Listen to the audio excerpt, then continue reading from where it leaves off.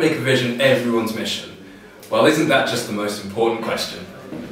Any of this sort of new breed of businesses coming through are trying to have a philosophy at the heart of their business, and then there's lots of stuff that comes out of that, lots of things that they make or they do or services that they provide, but that's not what they're talking about with their people. They're talking about a belief system. It's like a new religion, and certainly if you go to some of the technology businesses in the US, you can feel it. You can feel that sort of sense of a belief. It is without doubt the hardest thing to do with any kind of size business, to actually deliver against the vision day in, day out. Because you spend a lot of time over here just making sure that the day job is right.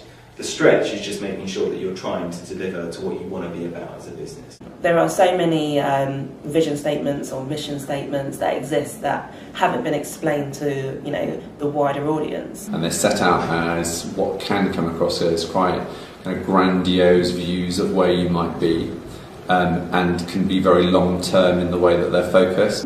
Which means that actually it's just kind of open to different types of interpretation. It's, you know, stuck on a PowerPoint slide with no real explanation. Like, it doesn't follow through. If somebody takes on a campaign and essentially they're pretty ambivalent about whether that's going to work or not, then that's not going to work. Communication is really key. All colleagues, all stakeholders need to be exactly clear on what that vision is, how it benefits the business and how it benefits them personally, and only then will everybody be heading in the same direction. Visions at times are set out by a leader but not understood by their masses. So I think you do want a figure, you do want to believe in people, you do want to believe in his, her, whoever that leadership team are, kind of collective vision for a business.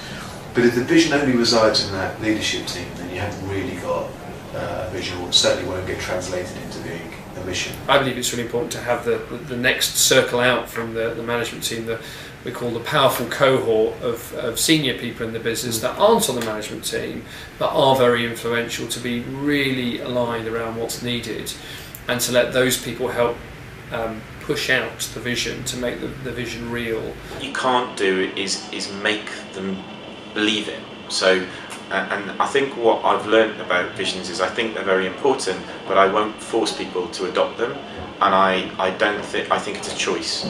You break it down and make it mean something and give a reason for people to want to believe in it and support it, so why it's important to them. That person can see their own objectives set against the vision that the company sets.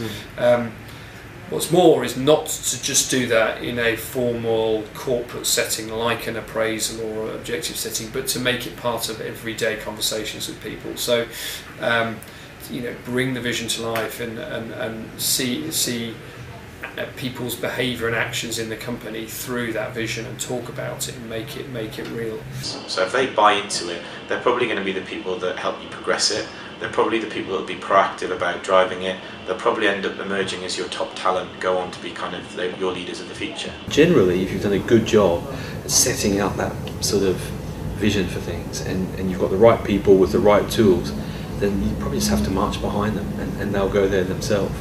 And that's a really satisfying way to do it, because it's organic and it's real. You share it regularly with the people, and then you just keep repeating it.